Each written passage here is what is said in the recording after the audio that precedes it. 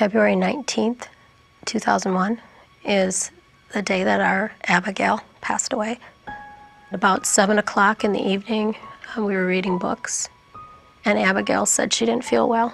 The early signs of invasive pneumococcal disease might not stand out in a person's mind. It's that it progresses so rapidly. That's one of the problems. By about 6 o'clock in the morning, Dwayne said, "Shannon, we need to take her to the emergency room. She's very sick." The bacteria affects different parts of the body. It can affect the bloodstream, the ears, the brain, the lungs. She was starting to develop purple blotches all over her extremities.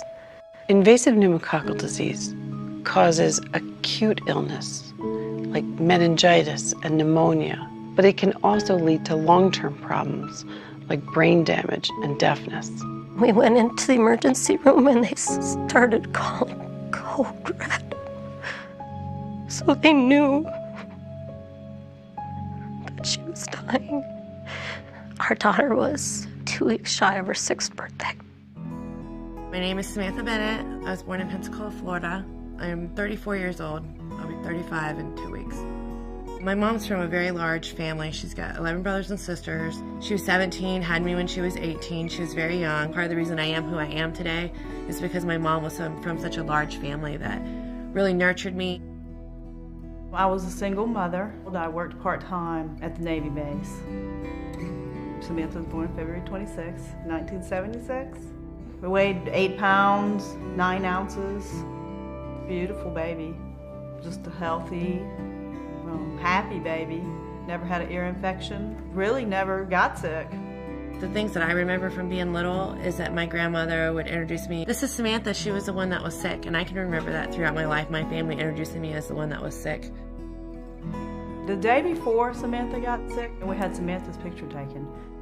The day before, perfectly fine, crawling, energetic, eating well. And then the next morning she woke up, I could feel she was warm.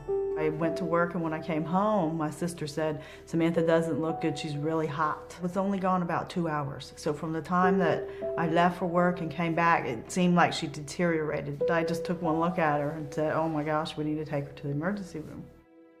They were extremely busy. We probably sat in the lobby a good maybe 2 hours. At one point, her body went limp, and I saw her eyes roll.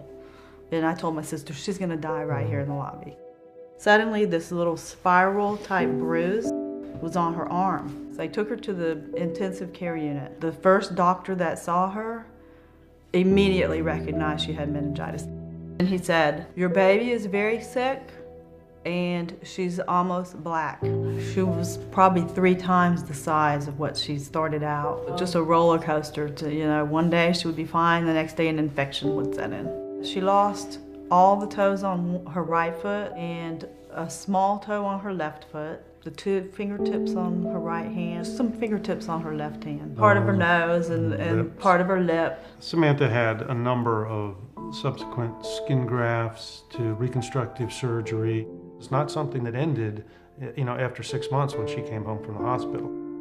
The things that you and I take for granted as easy, she had to work to accomplish. I had reconstructive surgery on my face, my nose. They made the scars on my face smaller. They did some work on my arm. And so anytime that I think I started to feel like, this isn't fair, why am I going through this? My mom would always remind me that I was lucky to be alive.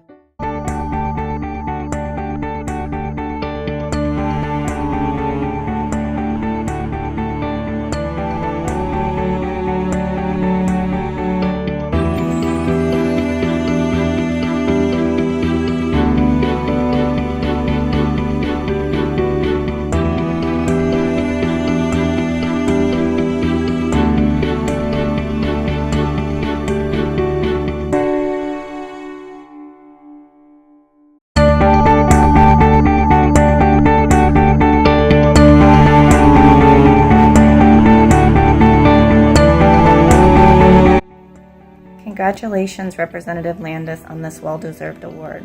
Thank you for being an advocate for the people of Ohio and Tuscarawas County. I'm proud to call you a partner in public health. Thank you for introducing legislation to help Ohio protect their kids. Congratulations! Representative Gonzalez, on behalf of everyone here at Franklin County Public Health, congratulations on your award with the Ohio chapter of the Academy of Pediatrics. We thank you so much for your leadership to improve our immunization rates around Franklin County. It's one of our core areas that we are looking to improve as part of our community health improvement plan, and so we can't thank you enough for your leadership on this issue. Thanks again.